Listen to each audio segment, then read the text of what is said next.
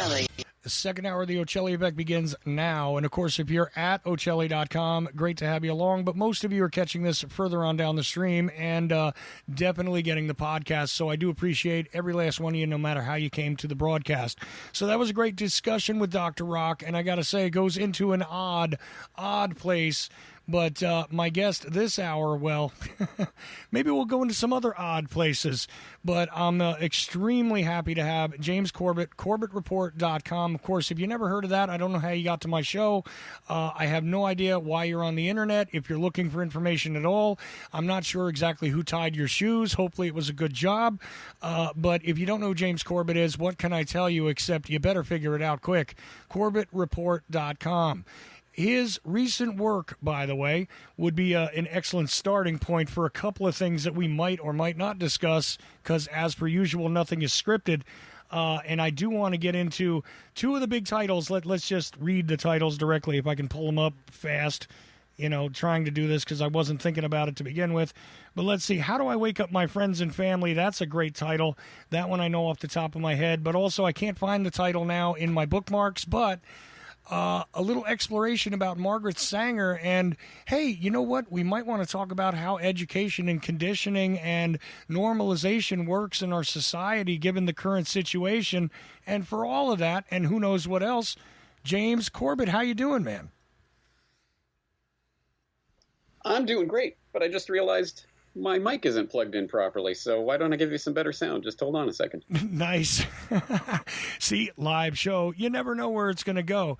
Actually, it's funny. Mike Swanson had that problem on Tuesday, and it was very weird. He kind of went in and out on the proper mic he was on, and funny. I never expect that from you. Are you still using the Shure SM57 or 58? That you used to use? I haven't used that in about 10 years. No, I'm using an AT2020 USB, and I just plugged it in, so it should be fine. Oh, nice. I had it unplugged. That was the problem. Well, it does not always work when it's unplugged. I mean, some things work when they're unplugged, but a lot of these microphones, not necessarily. Anyway, so how are you, sir, over there in the interesting place that is Japan?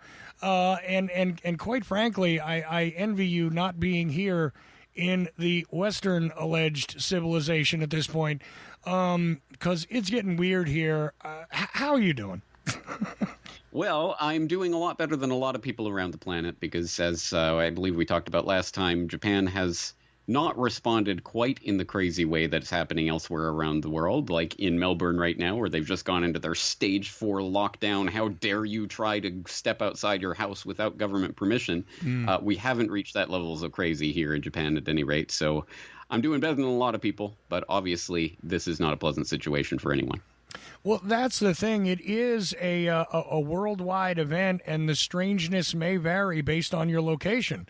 Here in the United States, what are we doing? We're arguing over masks. Should we shut down again? Are we supposed to use the metric of death rates versus, versus cases? Is it because of the great testing? Is it, should we listen to Dr. Fauci? Should we listen to, how about a little bit of observation, common sense? Stuff like that would help maybe. And again, nobody seems to be able to get their facts straight. And this is my contention from, day one about all that. Back to this thing about Margaret Sanger.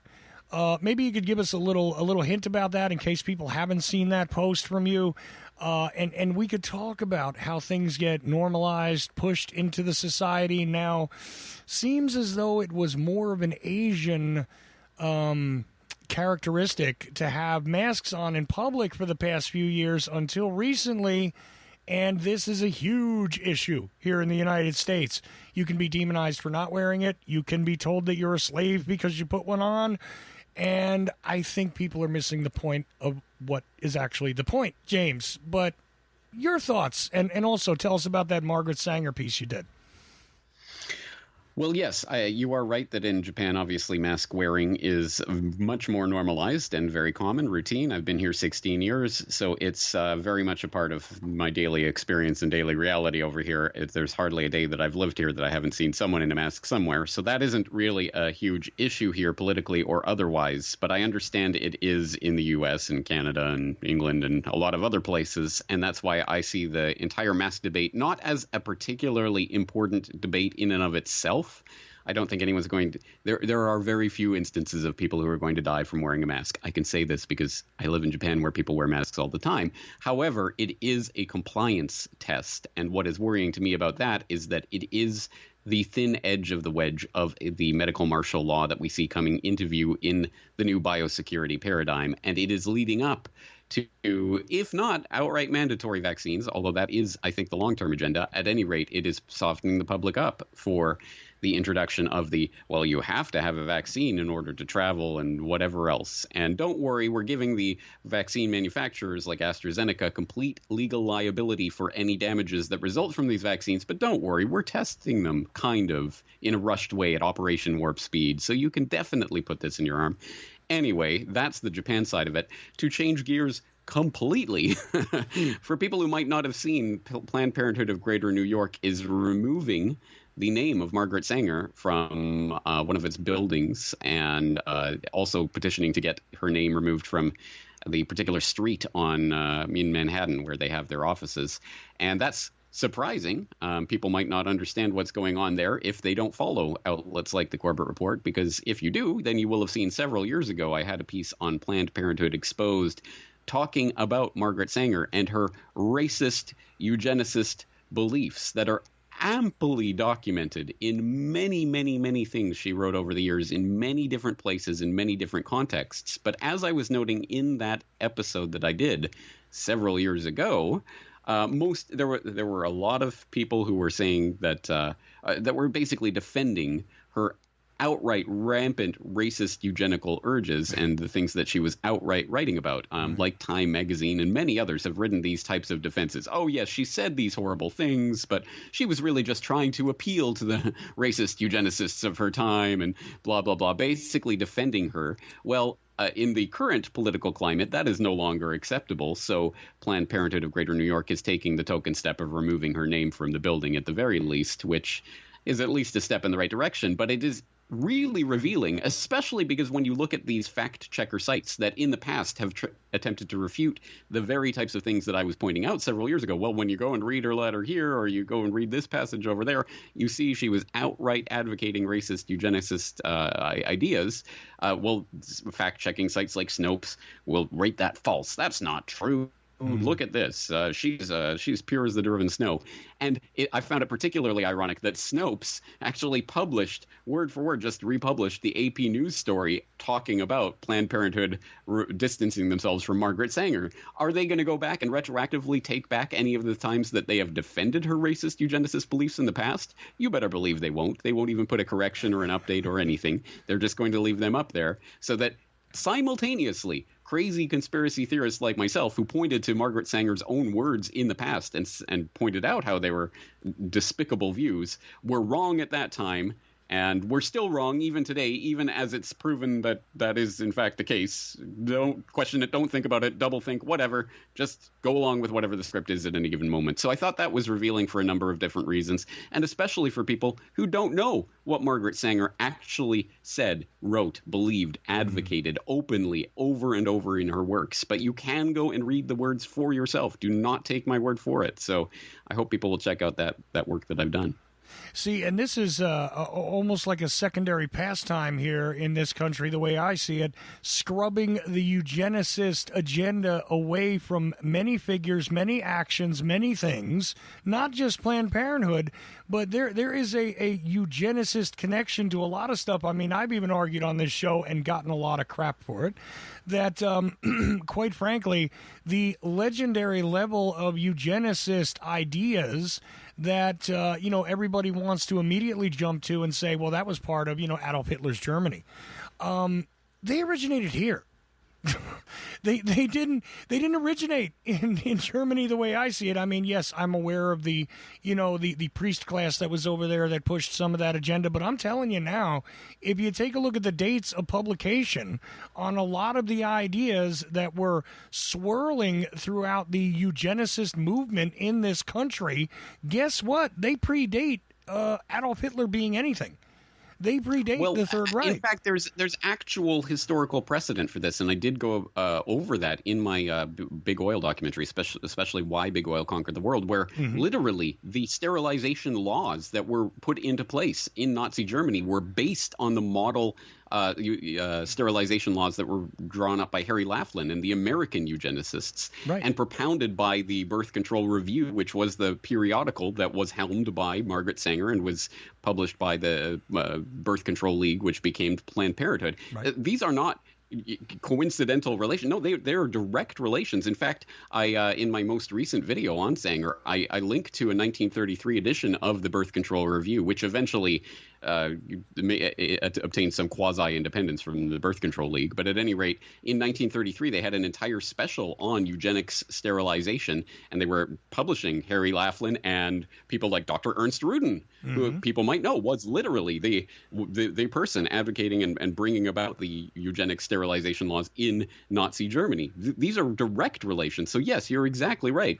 It was eugenics really started in England in the late 19th century. It was transplanted to America by Laughlin and people like that, people at the Cold Spring Harbors Institute and places like that, funded into existence by the Rockefellers, the Carnegies, some of these other robber barons, and transplanted over to Nazi Germany. And it was only in the wake of World War II when people saw the horror of Nazi Germany and said, hey, maybe we don't want to be associated with this, that on the record, the American Eugenics Society and others on the record openly in their own documents talked about, well, we need to begin a process of crypto-eugenics.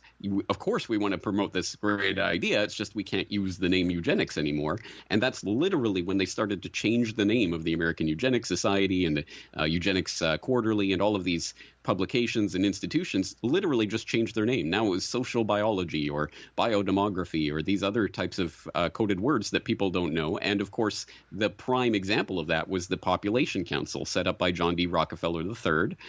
That was literally the American Eugenics Society in all but name, and all of the main board members and all of the main in fact, it even operated in the same offices of the American Eugenics Society for a period of time. So they literally just changed the name on the door, and it continues to this day. But people, at least to the extent that they've even heard of it, and it's shocking how few people have even heard about eugenics, but to the extent that they've heard about it, at least that name has now been dragged through the mud. But it's still continuing, of course. That founding ideology of the would-be ruling class is still there. Right, and that great documentary, I don't even know if it's still available on YouTube, because good luck trying to find it in search results, but it's still up on BitChute, I believe, right? It is on BitChute, and it's on my site. The best place is just corbettreport.com/bigoil, and then you can find it, and you can find out how to download it, complete transcript, audio, video, whatever you need. Oh yeah, no, it's and I recommended it years ago when you put it out. It was a few years back, I think, and definitely still recommend it today. And I forgot that was actually in that documentary, but once you said it, I recalled, yes, that's right. He talked about it there, and it has to do with the fact that there may have been other agendas on the minds of some of the great American industrialists. You know, when we take a look at not only the business aspects of it that were really connected directly to the rise of the Third Reich, you also have to understand that there was a philosophical relationship here. And that was my point about it. But anyway, you make it so much more eloquently than I do. So I appreciate it. But again, these things link to today, and I'll tell you why. When you consider that some of these organizations were secreted into other organizations one way or another, and these philosophies did not die, they are very much hidden within a lot of these places that I believe have become, and I'm not, I don't have absolute evidence for what I'm about to say here, but I believe that this kind of stuff still permeates the medical establishment, the people that, believe that they have a handle on disease control, maybe the vaccination councils and all that kind of stuff. I mean, if somebody really examines where a lot of these programs were also pushed, I mean, you want to talk about Rockefellers, that wasn't the only thing they did as far as, making sure that there was universally available pharmaceuticals for people too. Wonder if that's going to come into play here because of the Operation Warp Speed, which you just sub-referenced during what you were saying. Man, we have a dangerous situation here, and what has happened, as far as I'm concerned, is that there has been a conditioning of the general public to accept, to acquiesce. And like you said, the mask in and of itself is not the issue, but compliance is. And I think compliance across the board, the fact that the groundwork is being laid out now, that you are an awful, murderous human being.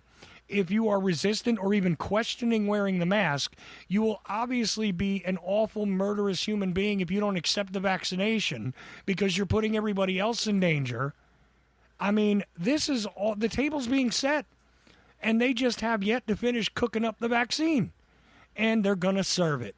So, this is where we're going, James. I mean, I don't know how much more bluntly to put it. What are your thoughts? No, you're right. And here's one of the important things that's happening right now that you just gestured to there, which is that the entire health paradigm has been flipped on its head. And this is such an important point that was made with eloquence by Giorgio Agamben in an article on the biosecurity paradigm that I keep citing because I think it was so eloquent and so succinctly put. But he said we have entered into the new biosecurity paradigm where in the old paradigm, you have the right to health. You have the right to protect your health or to consult with a physician and get medicine for what you want. But in the biosecurity paradigm, you are juridically obliged to health, i.e. whatever the medical authorities say is you have to do this in order to protect everyone around you, then you have to do it. And if you do not, you are a bad citizen and a thought criminal who will eventually, once the right legislation has been put in place, will become an actual criminal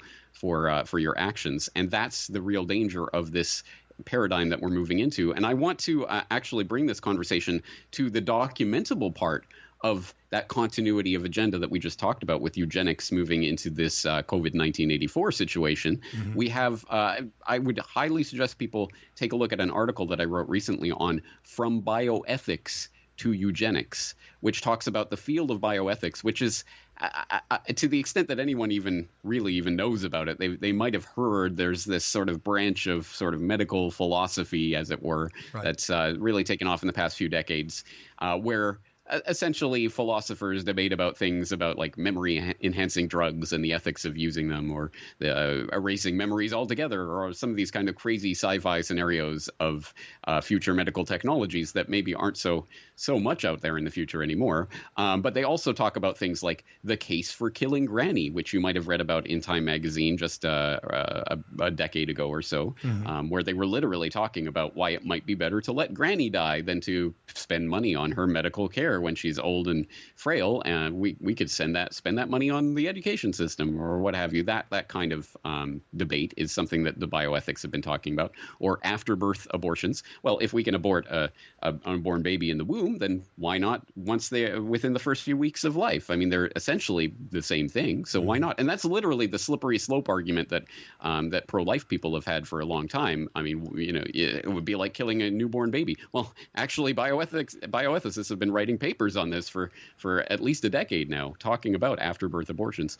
And this isn't so theoretical. There are particular opponents of these ideas, like Ezekiel Emanuel, who I hope that name rings a bell because it sounds a lot like Rahm Emanuel, who was Obama's chief of staff, went on to become the mayor of Chicago. He was the one in the wake of the financial crisis who said, never let a good crisis go to waste, by which I mean you can do things during a crisis scenario that you wouldn't be able to do otherwise.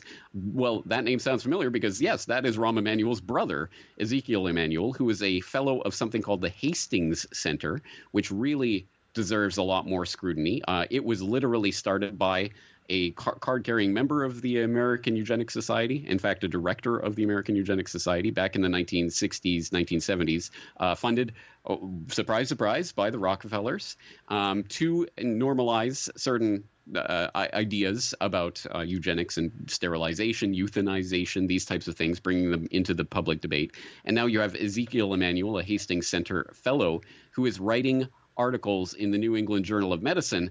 Not only has he been on record to advocate such things as literal death panels, where he said that the way to solve American healthcare problems and the problem of the medical system in America is to create an independent, non-political board that will decide on healthcare for each individual person. And that decision that is made by that board of experts will not be subject to political debate, and also not subject to any sort of debate by the person that they are talking about. I mean, it's a literal death panel. We will decide what medical care you can and cannot receive, and he thinks that's the way to solve the problems.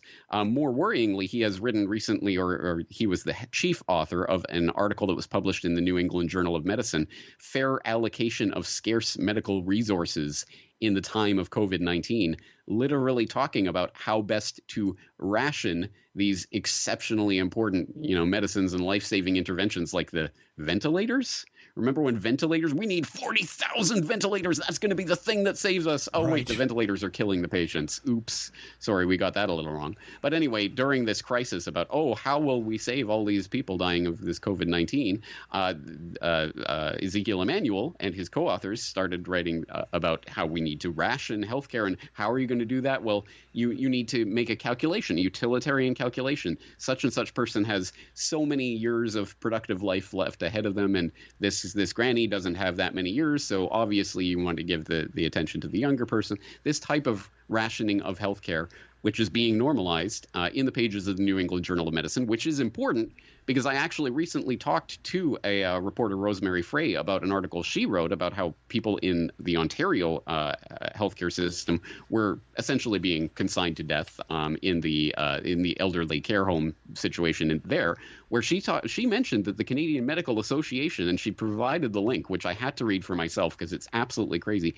The Canadian Medical Association came out recently with some emergency directives about how to respond to this COVID-19 crisis, where they said, normally we wouldn't make changes in our guidelines and changes in how to go about medical care without consultation, and a board would look into it and a panel would debate it and there'd be recommendations and we'd implement those recommendations. But we don't have time for that. So here's an article from the New England Journal of Medicine. We're just going to that is now the way that the Canadian Medical Association will operate. And this is literally the type of system that we are in, because never let a good crisis go to waste. We're in a crisis situation, so we need to be making decisions quickly. Let's just go with whatever the bioethicists are telling us to do. Oh, here's a Hastings Center fellow. He must know what he's talking about. Let's make that the law of the land. So there's a direct connection between literal eugenicists, literal card-carrying eugenicists that are founding these organizations that create these people like Ezekiel Emanuel and others, who are now essentially becoming the de facto rulers of the medical system by virtue of the fact that they're the ones out there writing these opinions that then become law. It is a crazy system. And when you connect those threads, you see there is a genuine direct connection between eugenics and what is happening right now in this rationing of healthcare that we're being introduced to as part of the eugenical trend towards biosecurity. Now, I want to seize upon something you said about criminality earlier, because you will be made into a criminal if you don't acquiesce, if you don't comply. Your lack of cohesion with everybody else's behavior, accepting the vaccine, accepting the mask, whatever. I think it goes beyond that. I could live with the idea that I'm maybe breaking a law, but here's the really unlivable aspect of it that I think people are not taking into account, and that is, as we see travel restrictions coming into play regionally and by state in the United States already, one can imagine the following: that not only would your ability to travel be restricted if you do not comply, but you would be completely depersoned, because your ability to rent, your ability to have a job, your ability to get access to things like bank accounts, which I don't have anymore, but even so, your choices for participating in any aspect of the system might be completely eliminated if you do not comply. Not only that, but you'll be demonized, you'll be ostracized, you'll be outcast in a real way. Oh my, it's funny, and I don't always go for the biblical aspects of this, but it does seem to me like if you don't accept the mark of the beast, you will not be able to trade. You will not be able to, participate in the society, in quotes. And that, I think, is the thing that people are not imagining will happen. But how do you not imagine it, considering the fact that we already see that people are being denied access to things which are essential? I mean, listen, if you live in a city in the United States, you can't not go to a grocery store. It's impossible. So guess what? If there is a thing you have to have, your temperature can't be too high.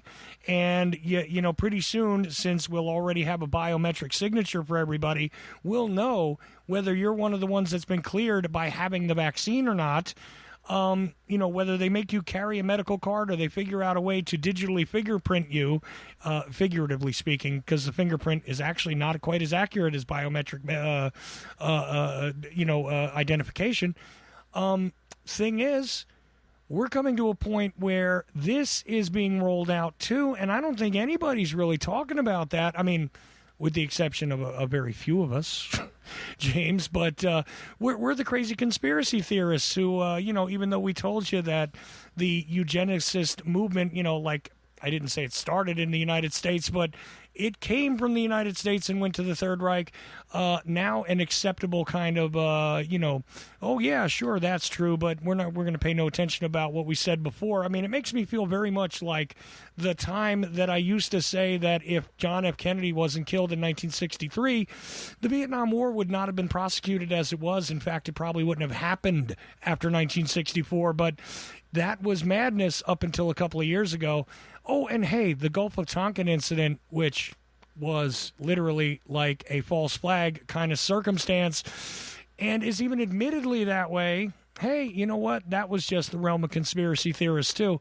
It's funny to see what you were saying kind of come out, and still you belong in the conspiracy theorist trash bin, So I got to say, as I'm seeing this happen in real time, once again, there is no way that I don't see the system or the establishment going toward this literal kind of depersonhood that will occur. And this is just one virus, one example. If you make this universal, what's the next step? Well, hey, look, there's a new kind of, airborne cancer. Let's make something up. If you don't have the right shot, if you don't have the right medical check box in your digital records, maybe you won't be able to conduct business. Maybe you won't be able to, mingle with other people. You shall go live on the edge of the city and have none of the grid. What do you think of that? Well, I obviously agree with the general tenor of what you're saying, but let me disagree specifically on one point. I think we are moving past the point of denigration of people who are pointing out the Great Reset and what we are stepping into as conspiracy theorists. I think we've already moved past that point. It's something that I have pointed out many, many times over the years, and I still marvel at the phenomenon, but it is true that for years and years and years, decades, they can take a certain field of research or a certain idea and call it crazy conspiracy theory. You're totally insane if you even contemplate the idea.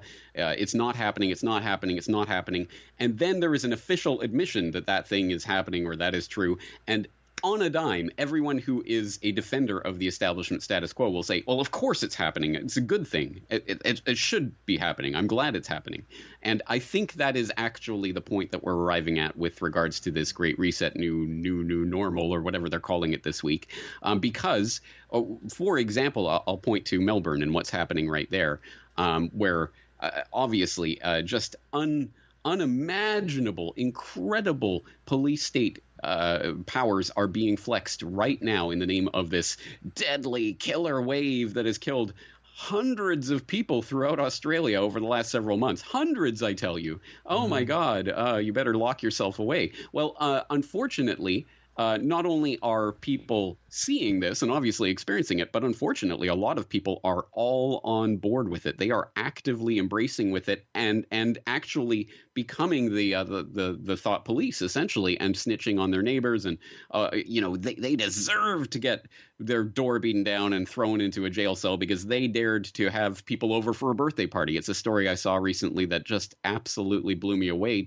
It's one of those moments where this type of thing is happening, but just to see a specific instance of it, there was some people, some thought criminals, I believe it was in Melbourne a couple of weeks ago, who dared to violate the then actually lesser restrictions on gatherings, but there were still restrictions in place on parties, crowds of more than 10 people or something like that. And there was some thought criminals that decided to have a birthday party for their children. And they were inviting other people around to their home and having a bunch of people in their home, obviously against the rules.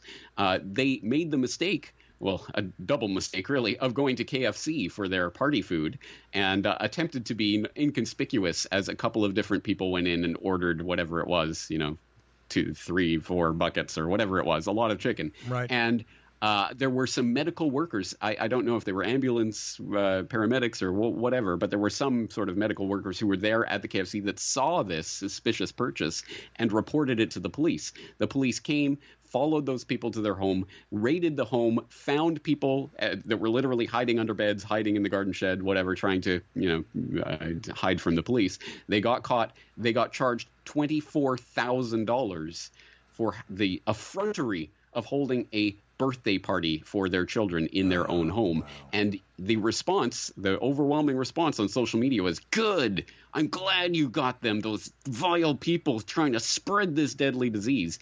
That is what we're dealing with. It's far beyond you're a conspiracy theorist if you think there's a police state. It's no, we need a police state for this.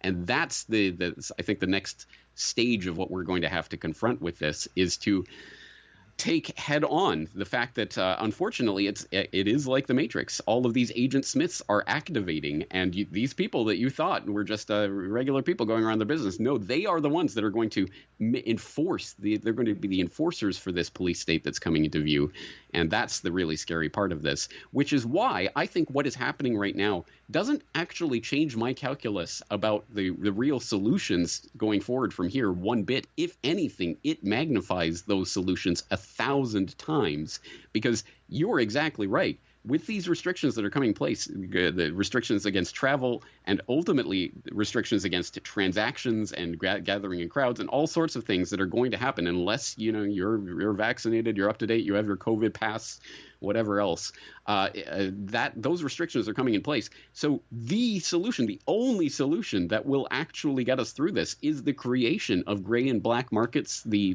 places outside of the purview of the state where we can transact with other like-minded people.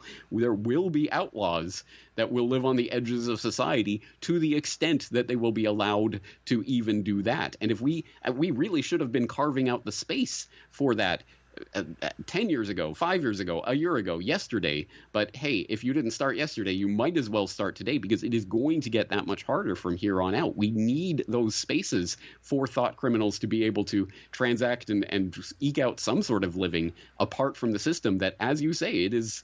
I don't care what your religious beliefs are or aren't. This is the mark of the beast idea, where if you don't have the COVID pass or whatever it is, you will not be able to transact at a certain point, and we have to carve out the space to transact outside of the system before those gates are shut. See, and this is why, again, now usually I don't bring up sort of greasy subjects with you, but let's do it. I do take a little bit of flack because I explain that a lot of things that people think of as organized crime are not necessarily organized crime. They are just working outside of the system in a way, and it is a template for how to do certain things. I'm not saying that every organized criminal organization, is a great thing, but there are people that do function outside of the system. Okay, while, kind of grabbing a handle on the system because, you still use money or whatever. And the things that have changed over the years are really just the crimes that they are organizing. That's the facts, okay? And look, I'm not saying that we should have a Wild West situation and there should be, aggression for the sake of aggression or anything like that. I don't believe in violent crime, you understand. But transactional situations that are outside of the system are necessary. In fact, the system depends upon them usually in one way or another. And some people don't understand what I'm saying when I make a statement like that. You just pointed out that there is going to be a need for things which are way outside of the system here. The black markets and gray markets are going to be the way to go, and you're right. Now, there are infrastructures for this, some of them a little more seedy than others, but I think you're absolutely right. There's going to have to be a way to transact business outside of the equation unless everybody really falls in line. And again, with the bipolar nature of the American mindset, okay, James, I got to say that I see it coming. I already see it coming. I mean, if you think about the fact that people were out in the streets willing to confront the police, and really, although they broadcast all around the world that we were engulfed in violence here in the U.S., that was not true. The only time violence usually occurred is when the amped-up police showed up to start the fight. Okay, that's the reality in most places. Guess what? It's really fascinating that people were terrified to leave their homes but were willing to go on the street and protest. It's really interesting to watch the seemingly incongruous thought processes in the United States. And what's funny is that might be the thing that saves us. Is the idea that there are going to be people that are going to, regardless of what the general fear is, they're going to find a workaround, regardless of all that. Now, this is going to be a hard thing to deal with as far as the, in quotes, a legitimate economy was, because a lot of that being destroyed is in and of itself going to cause the rise of black and gray markets for everything. That's going to happen because there's going to be people that have needs, and there's going to be a lot of loss of facilities in order to gain said needs, and there's going to become an economy where there's trade for it. I mean, it's going to happen. So, I don't know. It's a remarkable time, and the only thing I can say definitively about it is that we are entering a time where we have no template that I'm able to read about that tells me where this is all actually going. And the again, seemingly incoherent statements from the establishment, the seemingly incoherent, pushbacks against the establishment, I think are the vanguard of the events that are about to really change things. I think we're going to see a lot of change really soon. And I don't know. Is it a good thing? Is it a bad thing? Is it going to improve the circumstances from the outliers' point of view? Is it going to actually release people from some of the bondage, the thought prisons they were in? My argument about the Matrix, by the way, always has been nobody leaves. As a matter of fact, the people that thought they went into the real world, they just got to go into a separate part of the Matrix because they didn't want to stay in the stable portion. But yeah, exactly. Anyway, in fact, I always thought that that should have been the third movie. Right. It should have been, you discover that Neo only believes that he has escaped the Matrix, but that's actually just another level of the Matrix. That's the real ending. Anyway, that's the ending in my head. Right. But I have some bad news and some good news for your listeners. Let's go get the bad news out of the way first. Sure. If you think you are going to live the kind of comfortable life where you're going to live a comfortable, respectable existence in opposition to this biosecurity paradigm that's coming in to view, well, I have to spoil that illusion. You are not. If you are uncomfortable even contemplating the idea of black or gray markets or transacting outside of the system, then you've already lost. Because if you're not going to become a thought criminal, then you are not going to win this game. You are going to become a victim of what is happening right now. But I have some good news, which is that there are templates that do exist. Obviously not specifically about the situation that we find ourselves in, but about the general ideas that we're talking about. And I think it is a psyop that's been perpetrated on our internet culture, especially with the 10-second attention span, or is that 2.5 seconds these days, that we have been taught that if if something was not produced in the past 24 hours about events that took place at least within the last few days, then it's ancient history and has no bearing on what we're thinking about. And that really is a psyop that I've seen taken over a lot of people's minds, even people who believe themselves to have woken up, or whatever you want to call it. And that's much to our detriment, because there is relevant information out there in sometimes very surprisingly old places. And I just did a interview a few weeks ago, I hope people will check out, about a 500-year-old book called The Politics of Obedience, a Discourse on Voluntary Servitude by Etienne de la Boétie, who was a 16th century French thinker, philosopher, who wrote about essentially tyranny and how to defeat it. And some very, very timeless wisdom in there that essentially boils down to the idea that tyrants are only capable of functioning as tyrants because they do have the compliance of the people. If people do not comply with the dictates of the tyrant, there's no way that the tyrant and his small band of enforcers can enforce their will on everyone. So it is, again, it sounds so stupidly simple, but it is nonetheless true that compliance with the tyrants is what gives them their power. Non-compliance is our power, and we have to start flexing that muscle. We may do it in what seem like inconsequential ways right now, even so much as walking into a store that supposedly requires masks without a mask and seeing, hey, wait, actually no one stopped me, no one even talked to me. Wow, well, I can do this. And that might be the flexing of the muscle that will help it to grow a little bit and a little bit more and a little bit more. But if we want specifically some ideas for putting this framework of how to productively resist and not comply, because I think it has to be a conscious thing that we consciously direct ourselves to, there is a template for that too. And I wrote about that in an article recently I want your listeners to read. It's called Rejoice, the Agora is Growing. Right. It's up on the front page of CorbettReport.com right now as we speak, at any rate.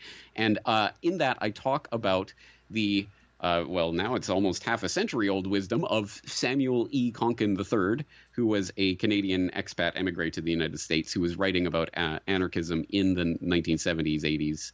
And he wrote something called an agorist primer or an agorist primer, depending on your pronunciation, where he talked about counter-economics. And essentially, the definition, for people who don't know, all non-coercive human action committed in defiance of the state constitutes the counter economy. So this isn't talking about economics like owning stocks or, buying something in the store. This is about every action that you take, whether it is in compliance or against the dictates of the state. If it is against, it is counter economic activity. So much as walking into a store in defiance of local ordinances without a mask is counter economics, or visiting a friend during a lockdown in defiance of the state mandated orders against doing such a thing. That is counter economic activity. And Konkin explains what counter economics is and how we can productively use this to eventually defeat the state. But it is important what words we actually use here, because it's not like this is some sort of revolution, people marching with pitchforks on Washington or something like that. No, this is really about supplanting the state, creating the space for this economic and transactional and interactional activity outside of the purview of the state that makes the state irrelevant and ultimately wither away. Hey, maybe it's a Marxist idea. The state will wither away. Well, at any rate, it will wither away if we create the counter-economic space so that we can eventually reach the agora, which is just the fancy old Greek term for the marketplace, the public square, the place for public participation. That is not a government space. It's not a government carved out space. And that is the template that we can use going forward from here. But it has to be consciously directed activity. If it's just haphazard non-compliance here and there, then of course the powers that shouldn't be, assuming they have two brain cells to rub together, will be able to create easy on-ramps for their system. It'll be so much easier if you just take the COVID pass or whatever we end up giving you, and we'll even create a little digital dollars account that's tied to the Federal Reserve, and we'll just pump your UBI in there every month. And as long as you get your vaccines and do whatever we say, then you can get your monthly stipend, and you'll live happily as the robots take over the economy in the fourth industrial revolution during the Great Reset. Don't worry about it. Just go back to sleep, everyone. And if this is not consciously directed resistance to that agenda, then that is what will happen, and most people will go along with it. So we need to be growing the consciousness of counter-economic activity as a strategy for achieving the agora. And again, if those terms are brand new to you, please go and read my article on this where I provide the links, and you can go and start and read, again, age-old wisdom, 500-year-old books, or even 30 or 40-year-old books that have already discussed this and laid the groundwork for it, so that our job is that much easier. No, it sounds good. I got to tell you, it is amazing to me because when people contemplate the idea, I laughed there briefly when you said, when the robots take over and all that. But in all seriousness, with the growth of artificial intelligence, and then handing over these equations that are dreamt up by Dr. Emmanuel over there, over to AI, where there is no ethos connected to the digital representation of the brain, right? Wow. We have a perfect formula for all kinds of disaster. And, it would be interesting to see exactly what the post-apocalyptic, dystopia turns into, because people ask for it. I mean, that's what the interesting thing is here, is that compliance and request is the thing that is most frightening about all of this. The idea that, people that might have been disposed to argue against Big Pharma and its prevalence over, how it prevails over the well-being of so many people in this country for sure, but definitely in most of, industrialized civilization or whatever it is they're calling it today. The fact that you have that going on, the fact that in the place where they say we have access to the greatest things in the world, we also have one of the sickest populations on the planet who is afraid because they know very well they could easily be destroyed by something that, if it is as advertised, could be the thing that, kills them. Well, the threat of death is an awfully interesting motivator for just getting some compliance. And the other thing is, like you said, make it easy. Here you go. It makes it easier on you to do it this way. I gotta say, it's remarkable. And I'll give you guys the links to all of what James was talking about, his articles, especially the one that's on the front page of CorbettReport.com right now. But as we come toward the end of this hour, which, again, I'm amazed how fast the hour flew by, James. Here we go. Sometimes my hours seem long, but not when I'm speaking to somebody who's got something to say. It's amazing to me to see what's coming next. And I still feel as though we don't have a good handle on exactly how this is going to go. We know how badly it could go, but I'm wondering about some of the sort of unknown elements that might come into play here. Some of the previously unseen desires for people's individuality to prevail over the demands of the state and everything else. I wonder how it's going to play out, because, again, the danger of the technocracy getting to take over in the face of what's happening now is that, a whole lot of us just aren't going to make it because we're not going to be, economically viable. And it leaves me speechless to see people basically, looking for a savior who is doing nothing but slaughtering them. I mean, very much, I saw a cartoon some years ago about, cows making a choice to go into one section of a fence or another, and they both lead to the slaughterhouse. Yeah. Yeah. It's like this is what I see with a lot of the arguments, a lot of the wasted effort. Before we're all done, though, and before I give you the final word, I wonder if you have any views on what happened recently in Lebanon, because I think we're looking at the beginning of a very strange situation there. I know, what do we got? 27,000 tons of, the same stuff that destroyed half of the Murrow building, allegedly. Allegedly, yeah. Just saying. Making a big boom, as a lot of people were saying to me privately. Big boom. I said, yeah, okay, Fifth Element. But what What are your thoughts on that, or do you have any yet? Because for me, I think it's an emergent story that's going to twist into something else, and it's not going to have anything to do with COVID.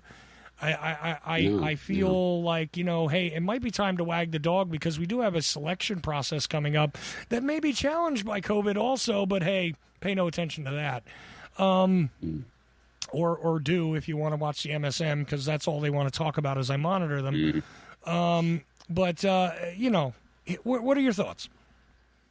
Well, at this point, I have no inside information or anything about the Beirut blast, or what was really going on there. As I'm sure you've seen, the official explanation so far has to do with this 24,000 pounds or whatever it was of ammonium nitrate that had been seized 6 years ago and was just being stored there at the port. And lo and behold, a fireworks factory fire set it off, or something along those lines.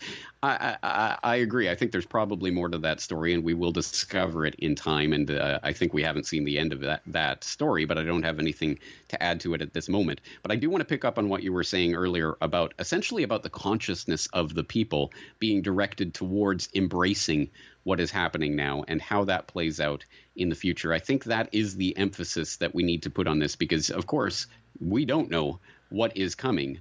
And there could be all sorts of things coming. Who knows where, what that blast in Beirut might lead to, or what kind of war scenarios one could imagine playing out, or it's completely something out of left field that no one is expecting. Who knows? The fourth industrial revolution happens overnight, the singularity, the fake alien invasion, whatever they have up their sleeves. This has been a crazy enough year already, but don't think that it couldn't be amplified 1,000 times.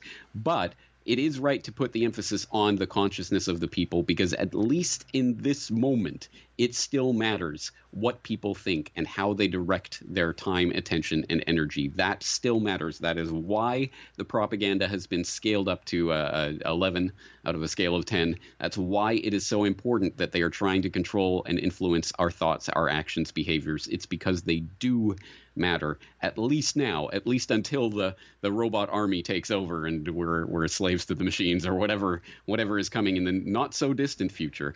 We still have a chance to affect this. And I would go back to my December 2019 self and describe what has taken place in 2020. And obviously I would have been surprised to hear all this, but the one thing that truly would have shocked me, I mean, I know about Gates and others talking about the pandemic for years. I would have understood that idea of a bioterror false flag. Heck, I had podcasts about that very subject over a decade ago. So obviously I've known this is in the cards. The one thing that would have surprised me is how quickly, how many people have gone along with this and swallowed it hook, line, and sinker, not a second thought, including a lot of people in the supposedly independent media space, who you would think would have at least a little bit of skepticism for the same governments that told you about WMD and all these other lies. You would think there would be some skepticism there, but there has been remarkably little of it. That has been the great letdown. And again, the sign that the real deciding factor here is what people think. Now, the positive side of that is that I have directly seen in interactions with people with my own work over the past several months, a lot of people are either tuning into this for the first time because they suddenly realize something is going on, or a lot of people who have kind of listened to me and they know something's going on, but I'm just going to go live my life. I can't deal with this. A lot of those people have come to me in the last few months and gone, wow, I see how serious this is, and now I'm going to devote myself to it. So this is having that effect of polarizing people into the awake, if you want to use that term, and asleep, if you want to use that term. However you define that, at any rate, there are a lot of people who are energized by this, and it's a race. It is a race right now. Can we at least get a majority of the population at least questioning authority, and then starting to think about how to defy and non-comply with the agenda? And on that note, I just want to put a quick plug in. This Saturday, August 8th, is the next Expose Bill Gates Day, which Derek Brose of ConsciousResistance.com, it was his idea, but it's a decentralized idea. It's a hashtag. It's whatever you want it to be, however you want to manifest that in the world, handing out, flyers or copies of DVDs of my Bill Gates documentary or whatever it is. Just anything you can do to get the word out about this agenda. And I think this is the kind of demonstration of that act of non-compliance, of thought criminality, manifesting that in reality, in the real world, and trying to get other people at least aware of that. That is, again, the flexing of that muscle that we have to start really training right now, the muscle of non-compliance, because that is going to be the game for all the marbles going on from here out. Right. And, the thing for me is that we need to, it is at exactly this time. Those of us that were interested in getting across many ideas that we found disturbing, many things that seem to be hidden in plain sight, actually. This is exactly the time not to sit back and assume that people see this. I think this is exactly the time to make a noise as big as you can and do what it is you can to provoke thought among people who maybe would have had no opportunity to even be presented with an alternative to what it is the powers that shouldn't be, as you said, are putting out there. We have to give them at least the questions, at least the idea that this should be questioned. And I feel obligated to do so, and I figure that you do too, which is why you do what you do at CorbettReport.com. And again, I advise you guys to get over there. If you haven't been there lately, go there again. And if you have been there lately, dig back in the archives. Interesting stuff if you go back, if you're up to date with James's work. Go back. I have been listening for a long time, long before I started doing this show, and I appreciate your work, James. Thank you for joining me tonight. Thank you for having me on. Thank you for doing what you do to spread the word. Absolutely, guys. So that's that. James Corbett finished out the second hour with me. This all flew by, so I appreciate you guys for listening. I appreciate you, James, for doing this with me. I appreciate Dr. Rock, who was on with me in the first hour. Gotta tell you guys, no matter who you are, where you are, not only do I hope you're well and thinking, but I want you to know that I am merely Ocelli, and all of you are indeed the effect. Good night.